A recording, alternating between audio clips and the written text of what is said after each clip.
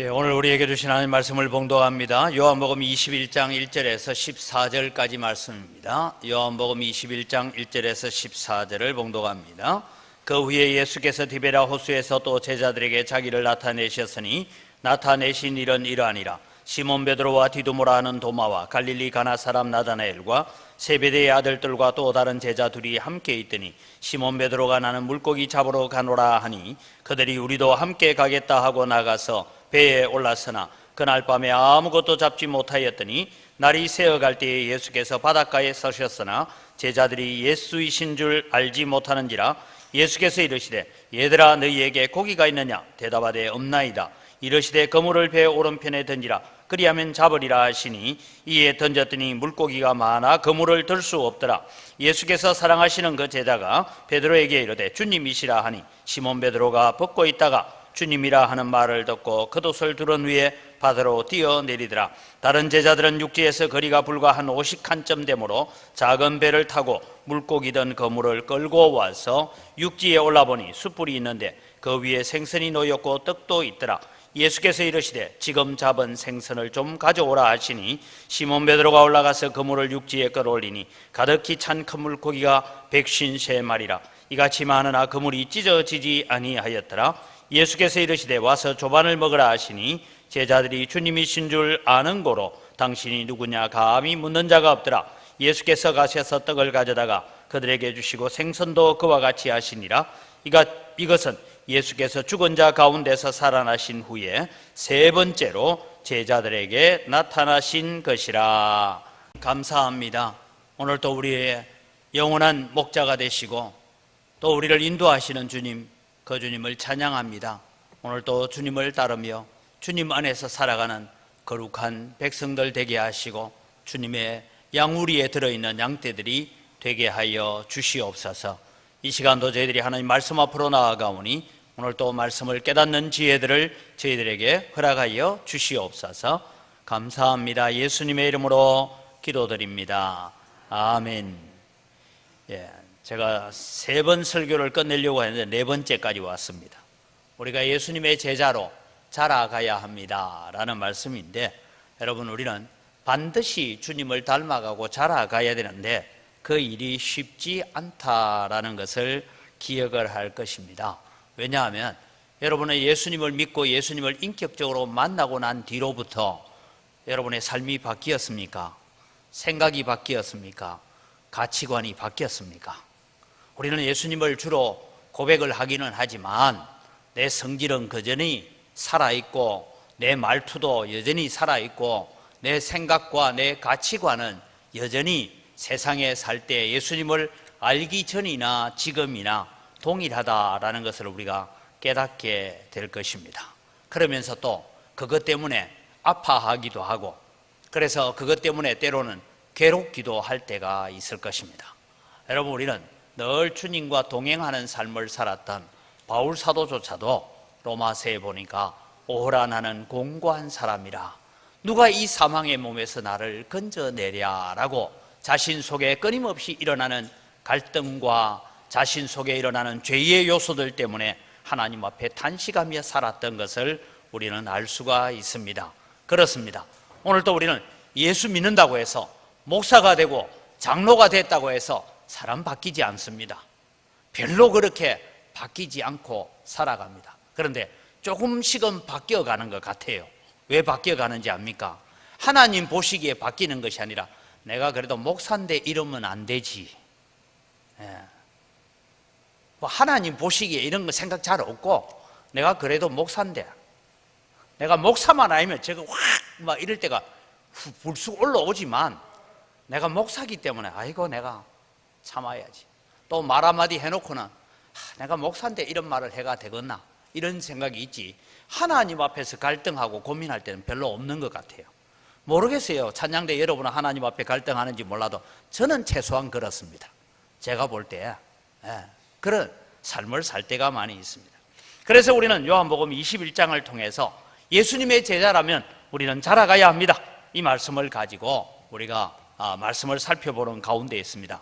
그 가운데 여러분 우리는 신앙생활은 체험을 해도 갈등은 일어난다 라는 말씀을 살펴봤습니다. 저도 여러분 여러분 못지않게 저는 짧은 인생을 살아가면서 하나님을 만나보고 체험해보고 경험해보고 기도 응답도 받아보고 많은 것을 해봤지만 오늘 제가 불평할까요? 안 할까요? 불평합니다. 원망합니다. 날씨가 좀 추워지니까 춥다고 원망하고, 더우면 덥다고 원망하고, 시원하면 시원하다고 원망하고, 감사하면 될 텐데 우리가 그렇게 살 때가 참 많이 있습니다. 그래서 여러분, 우리의 신앙생활은 체험을 해도 갈등은 있다. 그럼 이 갈등을 이기려면 어떻게 해야 되냐? 계속해서 하나님의 말씀으로 내가 무장되어져 가야 되고, 하나님의 말씀으로 내 자신을 잘 훈련시켜 가지 않으면 여러분, 우리는 그 갈등을 이겨낼 수가 없다라고 말씀을 드렸습니다. 세 번째는 하나님의 말씀을 우리가 부분적으로 순종하지 말고 온전히 순종하는 자리에 이르러 가야 된다. 베드로는 주님의 말씀을 기억은 했지만 갈릴리로 가라는 것만 기억하고 고기 잡으러 가면 안 된다는 것은 잊어버렸어요. 그래서 고생만 하고 있는 것입니다. 그 다음에 여러분, 우리는 이 베드로를 통해서 선동하지도 말고 선동당하지도 말아야 된다. 최소한 디두모라 하는 도마만큼은 베드로가 고기 잡으러 가자 해도 무슨 얘기하고 있습니까? 지금 내가 예수님 손에 못자국도 만져보고 옆구리에 창자국도 만져봤는데 지금 제정신으로 하는 얘기입니까? 이렇게 막아서 해야 되는데, 요한복음이 적을 때에 원래 디두모라 하는 도마는 서열상 저 뒤에 있어야 되는데 앞에 당겨놨어요. 이유가 있다 했죠. 그런 이유를 가지고 있습니다. 주님이 명하시지 않은 길은 성공 같으나 실패한다. 잠언서에는 보면 어떤 길은 사람이 보기에는 바른 길로 보이지만 필경은 사망의 길이니라 라고 적고 있습니다. 오늘도 여러분, 우리는 주님이 명하시는 길을 걸어가는 성도들이 되시기를 바랍니다. 지난 주일에 제가 이런 말씀을, 내 인생의 문제가 커 보이면 주님이 작아 보인다라고 했습니다. 여러분, 내가 고민하고 있는 문제, 내 인생의 문제가 너무 커 보이면 주님은 까마득하게 보입니다. 하나님이 살아계신지 살아계시지 않은지 그것조차도 멀리 보입니다. 그래서 우리의 인생의 문제에 너무 치중하지 마시기 바랍니다. 왜냐하면 우리는 잠시 다녀가는 세상을 살고 나그네의 인생을 살고 있는 줄 믿으시기 바랍니다. 그래서 여러분, 이런 내 문제가 너무 커 보이지 않도록, 그래서 7번째 제가 드렸던 말씀은 내 문제에 너무 깊이 빠져 있으면 은혜를 받아도 은혜인 줄 모르고 축복을 받아도 축복인 줄 모른다라고 말씀을 드렸습니다. 여러분, 우리가 내 마음이 괴로울 상태에 있을 때는 누가 무슨 말을 해도 귀에 들어옵니까? 안 들어옵니까? 안 들어오죠, 그죠? 그 문제만 있는 거예요. 모든 게 오히려 위로해 준다고 하는 말조차도 귀찮게 들리고 그것이 오히려 나를 비난하는 것처럼 들려질 때가 있습니다. 그래서 여러분, 우리는 우리의 문제에 너무 깊이 빠져들지 말아야 됩니다. 여러분, 우리나라에는 이 늪이라는 이 수렁이 잘 없습니다. 외국에는 가면 이 밀림지대 이런 데 가면 늪에 수렁이 있습니다. 거기는 빠지면 여러분 점점 더 빨려 들어가서 나중에 그 안으로 빨려 들었는데, 저도 안 들어가 봤어요. 그 끝이 어딘지 가보고 싶었는데, 근데 빨려 들어가요. 근데 거기 끝이 어디 들어가요? 근데 여러분, 수렁에 빠지면 반드시 해게 살아남는 방법은 거기서 허우적거리면 죽습니다. 가만히 있으면, 팔을 뻗고 가만히 있으면 이 수렁도 자기가 가만히 있어요. 그래서 입만 나불대면 삽니다. 살려주세요, 살려주세요 고함 지르면 주변에서 혹시 누가 소리를 듣고 찾아오면 삽니다. 그런데 내가 거기서 헤엄쳐 나오겠다고 막 어우적거리면 아무리 수영을 잘하는 박태양 선수 같아도 그 수렁에서는 헤어나지 못하고 죽게 됩니다. 여러분, 우리가 인생을 살아가면서 내 문제에 너무 깊이 빠지고 너무 고민을 하다 보면 은혜를 받았고 복을 받아도 그것이 은혜인지 축복인지 몰라요. 베드로가 어떻게 했습니까? 그물을 오른편에 내리라 하고 그물을 오른편에 내리고 다시 딱 당기는데 어느 정도에 그물을 들 수 없을 만큼 고기를 잡았어요. 그물이 들 수 없을 만큼 고기를 잡아놓고도 배 오른편에 그물을 내리라는 저 사람이 누군지 관심도 없었어요. 그저 펄쩍펄쩍거리는 고기만 쳐다보고 앉아있는 이 베드로의 모습을 우리는 살펴보았습니다. 복을 복인 줄도 모르고 주님을 발견할 수 없었더라라는 것입니다. 이제 여러분, 오늘 이 본문을 통해서 우리가 다음 단계로 접근해 가려고 합니다. 이 베드로가 이제 주님이십니다 라는 요한의 말을 듣고 정신이 번쩍 들어서, 그때야 3년 전에 예수님의 제자로 따라 났을 때 있었던 누가복음 5장 사건이 생각이 나는 거예요. 그때도 깊은 곳에 가서 그물을 내리라고 그물을 내렸더니 그물이 찢어지도록 고기를 잡아서 두 배에 가득 채워서 배가 물에 가라앉을 만큼 고기를 잡았던 기억이 있습니다. 왜 내가 그 주님을 지금 이제야 생각했을까? 그리고는 겉옷을 두르고 물에 뛰어듭니다. 베드로는 좀 성질이 급합니다. 그래서 물에 뛰어들어 다른 제자들보다는 내가 먼저 주님 앞에 가야지 하고 헤엄을 쳐서 지금 나오고 있는 모습이 오늘 베드로의 모습입니다. 제가 이 설교를 하면서, 제가 이 대학생들과 큐티를 하면서 이 본문을 깊이 서로 나누고 묵상했던 것 가지고 설교를 준비한다고 말씀을 드렸습니다. 이제 베드로가 헤엄을 쳐서 나옵니다. 헤엄쳐서 나오면서 지난주에 우리 불렀던 찬송처럼 세상 부귀한 일함과, 그러면서 내가 지금 주님 앞에 가기는 가지만 이 주님 앞에 내가 무슨 말을 해야 될까 고민하면서 일단은 여러분 헤엄쳐서 육지에 왔습니다. 그런데 육지에 와보니까 주님께서, 앞서까지는 없었던 일인데 주님은 이 제자들의 필요를 다 알고 준비해 놓고 계시는 주님이었습니다. 그래서 오늘 첫 번째 생각할 것은 우리의 필요를 먼저 알고 계신 주님이시다라는 것을 우리가 묵상해 보기를 원합니다. 육지에 올라보니 주님께서 준비해 놓고 계시는 것이 무엇입니까? 9절에 보면 제자들이 필요한 게 뭡니까? 밤새도록 헛수고하고 밤새도록 그물 내리고 그물 들고 하다가 허기진 배를 가지고 있는데, 이 베드로가 헤엄쳐 나오는 동안에 예수님께서는 숯불을 준비해 놓고 그 숯불 위에 떡도 구워 놓고 생선도 구워 놓고 준비해 놓고 계셨습니다. 베드로와 다른 제자 6명, 그들이 그렇게 추구했던 이 먹을 것, 떡과 고기를 주님은 이미 다 준비해 놓고 기다리고 계셨습니다. 차라리 이럴 줄 알았더라면 골방에서 그냥 기다리고 있을 건데 괜히 나와가지고 밤새도록 헛수고하고 고생만 하고 차라리 주님 오시기를 기다렸더라면 이런 아쉬움과 후회가 얼마나 컸겠습니까? 그것을 바라보는 베드로의 모습이나 제자들의 모습을 여러분 한번 상상해 보십시오.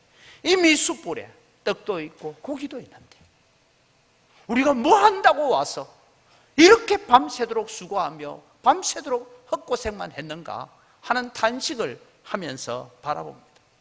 사랑하는 성도 여러분, 주님은 우리가 구하기 전에 우리의 필요를 다 아시는 주님이신 줄 믿으시기 바랍니다.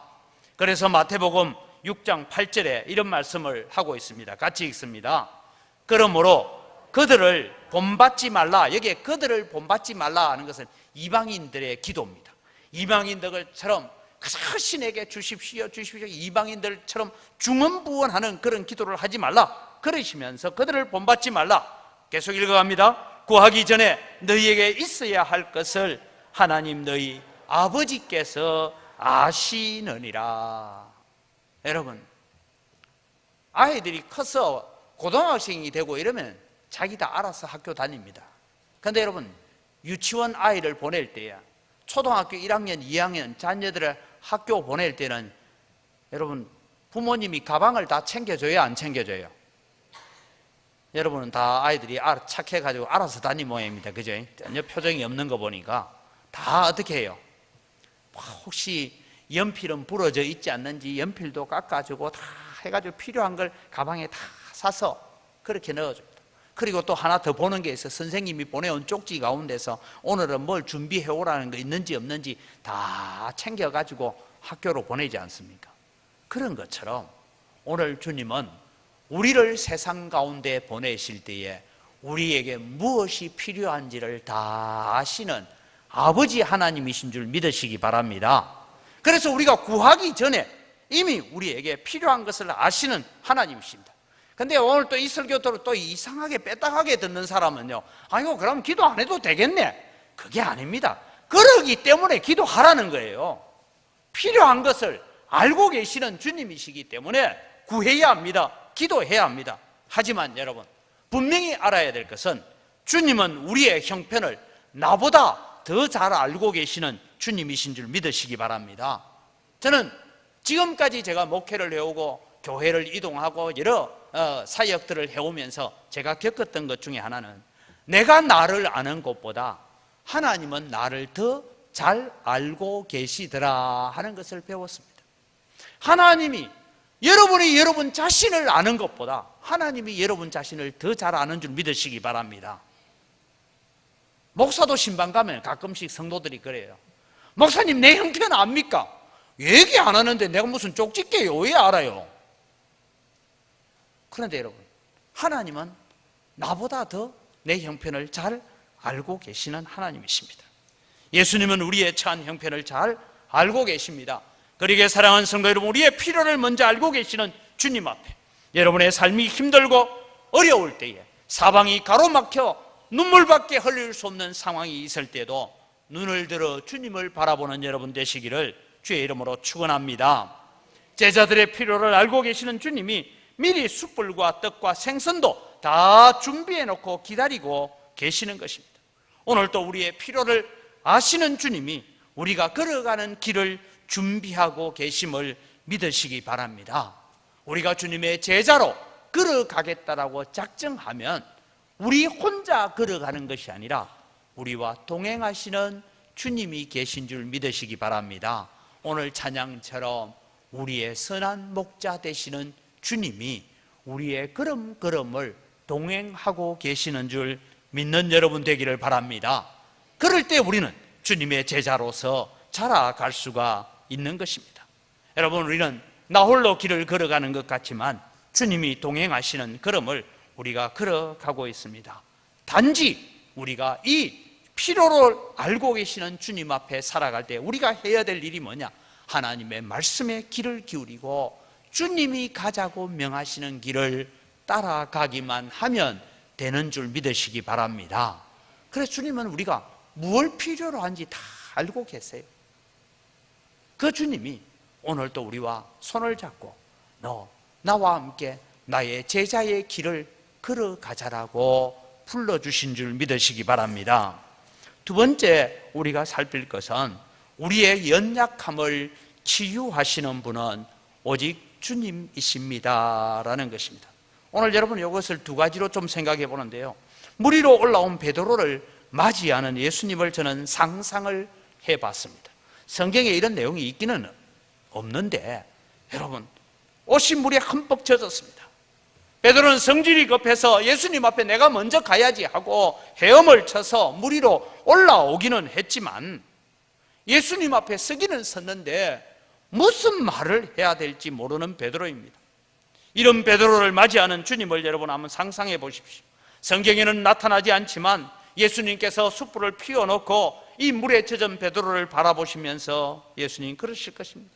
시몬아, 그래도 네가 먼저 왔네. 그래도 너가 나를 먼저 사랑하여서 먼저 왔구나.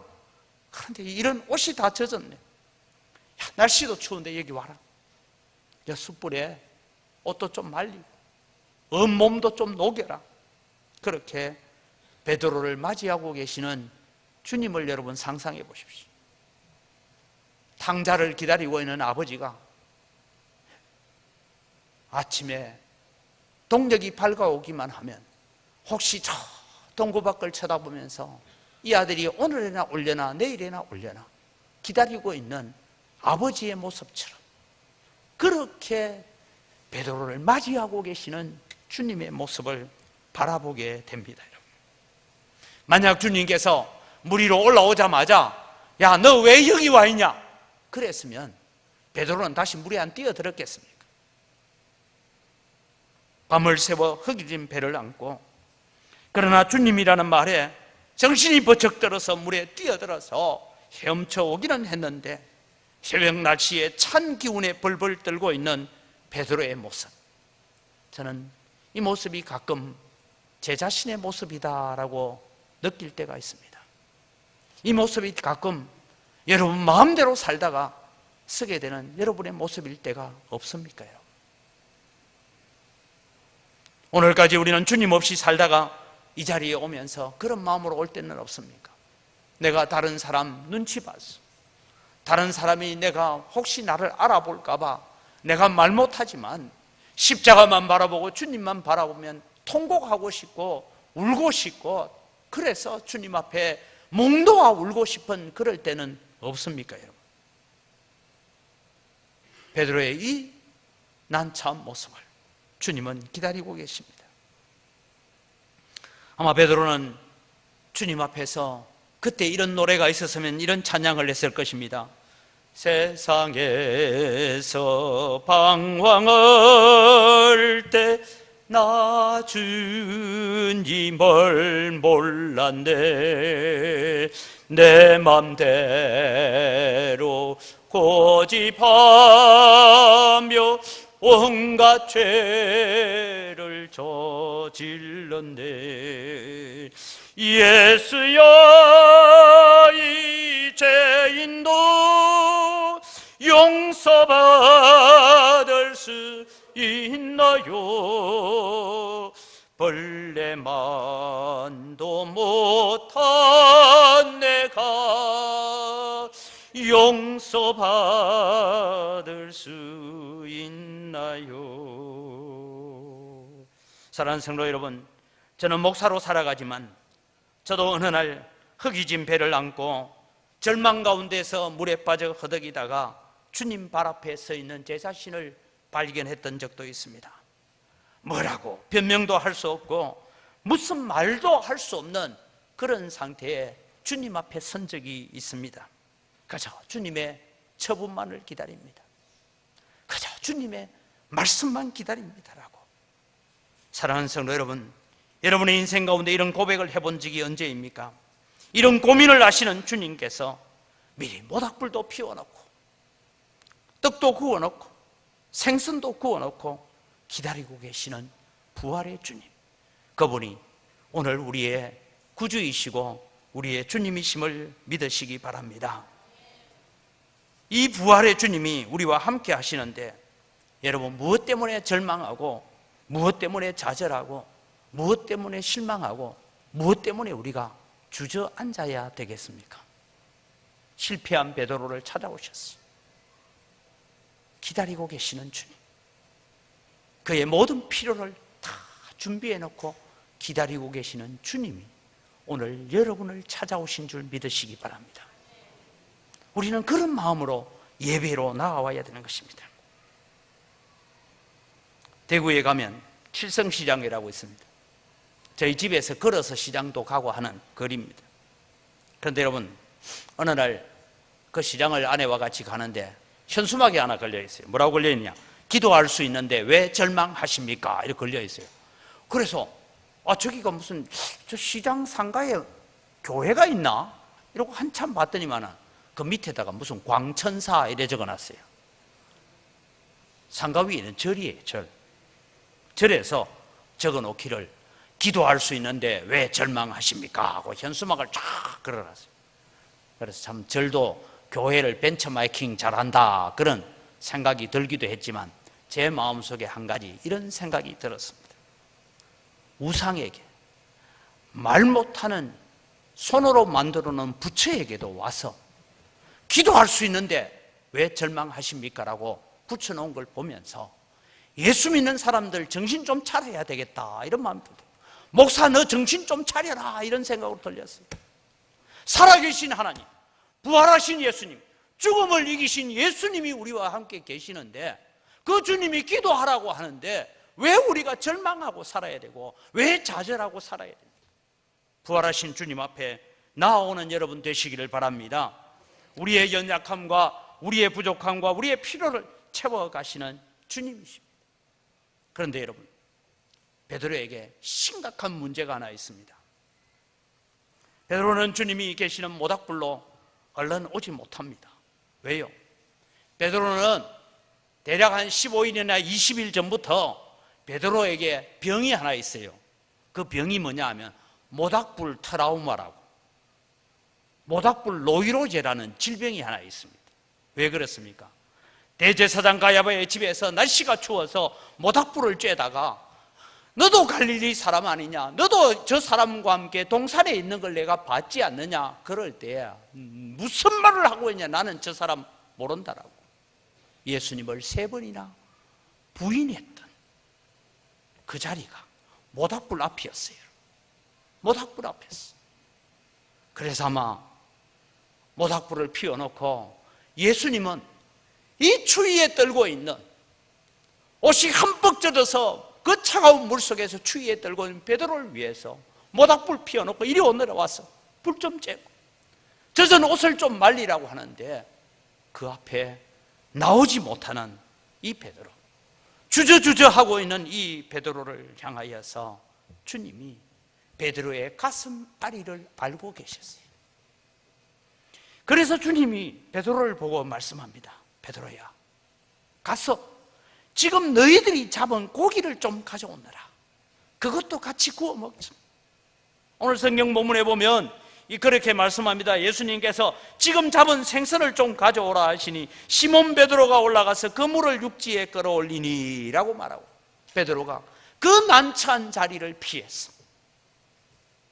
가서 그물을 끌어올리고 그리고 잡은 고기를 가지고 예수님 앞에 가져옵니다. 여러분, 예수님은 우리의 연약함을 다 아시는 분입니다.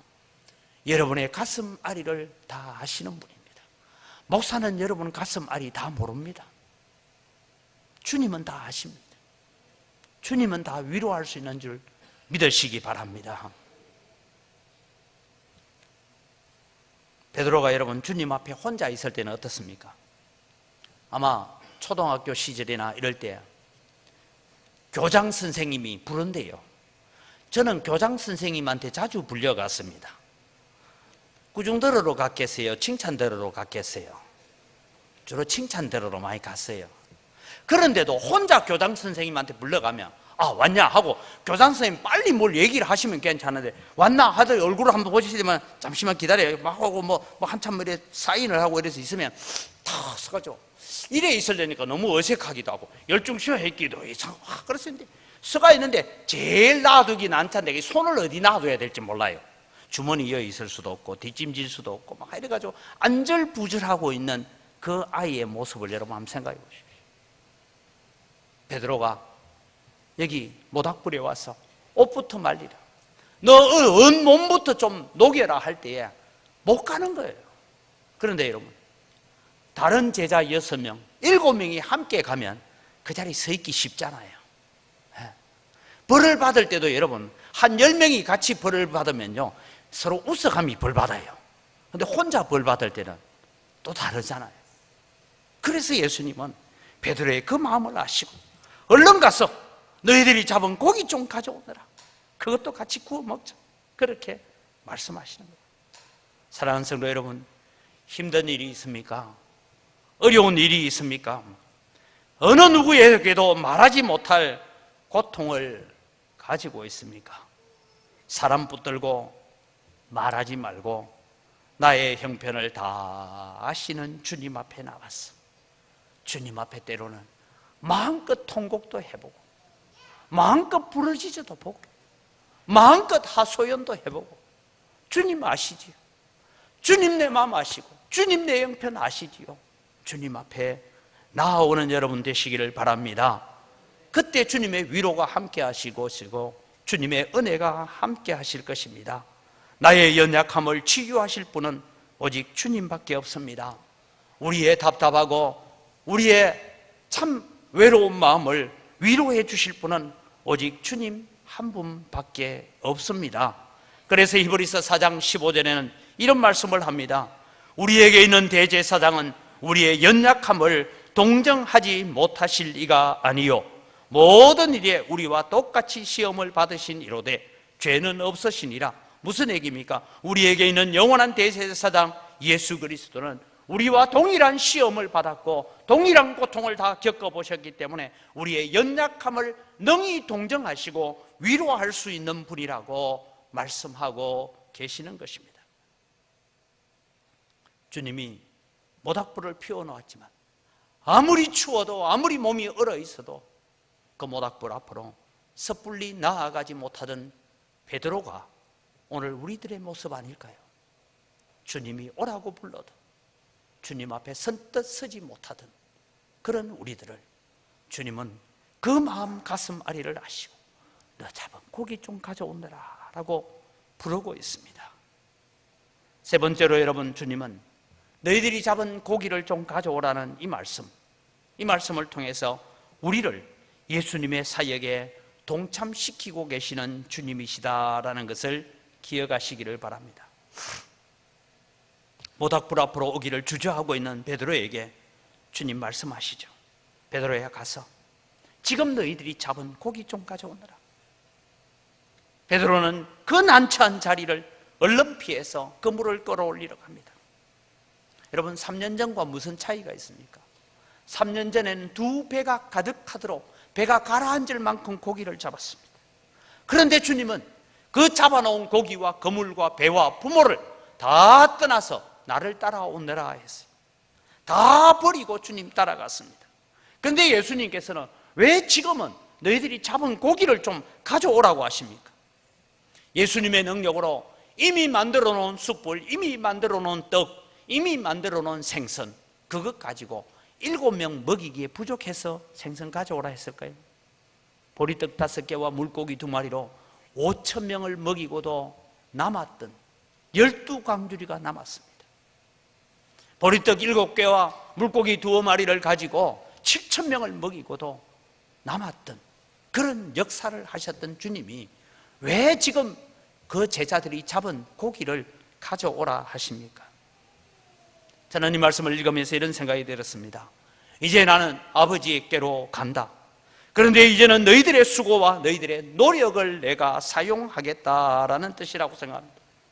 주님은 오늘도 우리 영광교회 성도들의 헌신과 순종을 사용하여서 하나님의 나라를 세워가기를 원하시는 줄 믿으시기 바랍니다. 이제는 너희들의 수고와 노력을 사용하여서 하나님의 복음이 확장되는 일을 하시겠다는 것입니다.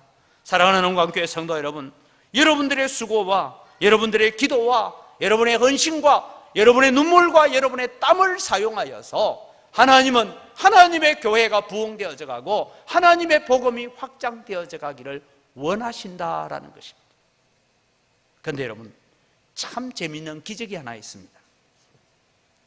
오늘 보니까 물고기를 잡았는데 큰 물고기만 153마리인데 성경은 물고기 153마리 잡은 것에 주목하는 것이 아니고 그러나 그물이 찢어지지 아니하였더라라고 적고 있습니다.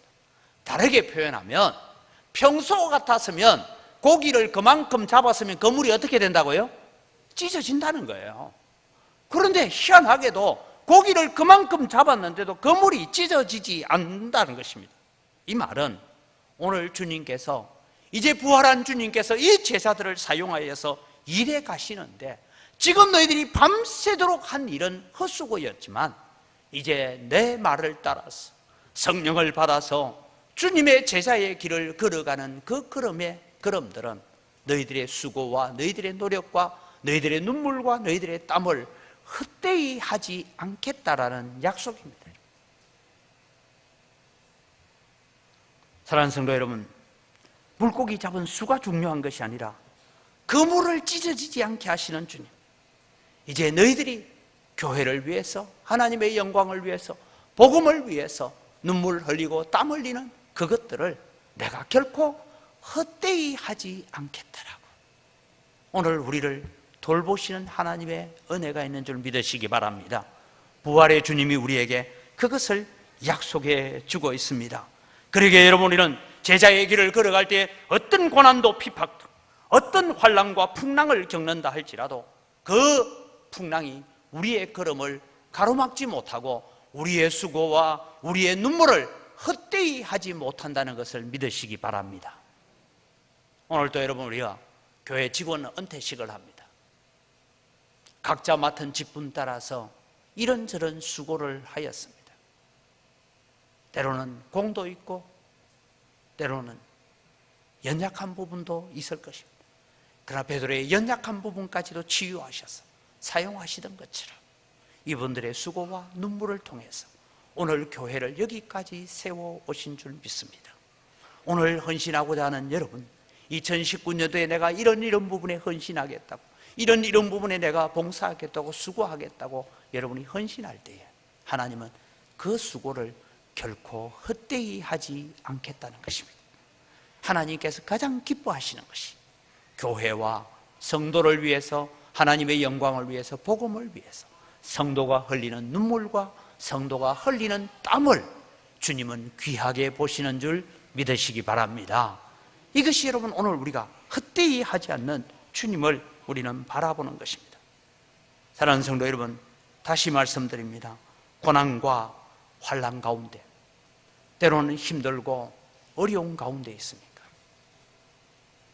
저도 교회에 사역을 해가면서 느끼는 것은 그런 것입니다. 저도 여러분, 제가 아까 전에 불평 없다고요. 가끔씩 하나님, 왜 나를 이런 데다가 보냈습니까? 그런 기도가 나오겠어요? 안 나오겠어요?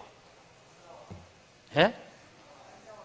안 나오기는요. 자주 합니다. 그런 마음이 들 때가 있어요. 어떤 분은 저보고 그래요.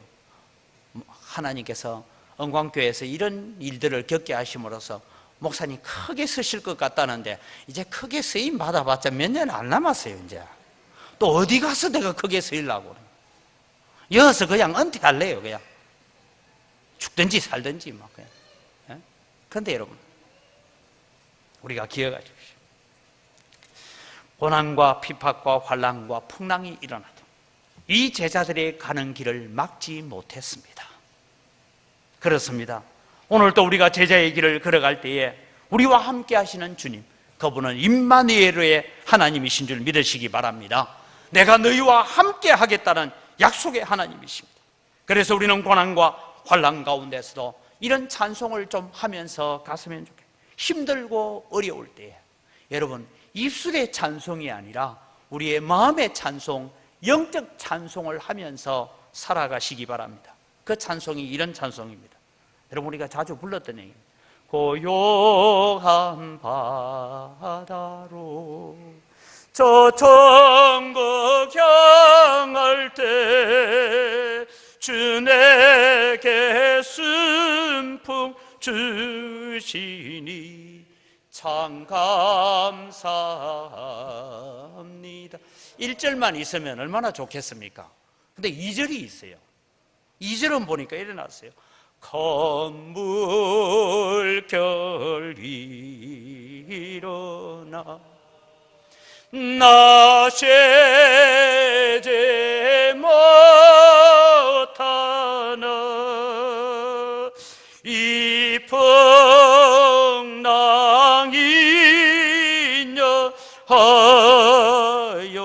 인여하여서 더 빨리 갑니. 2절을 우리 다시 한번 합시다. 건물결이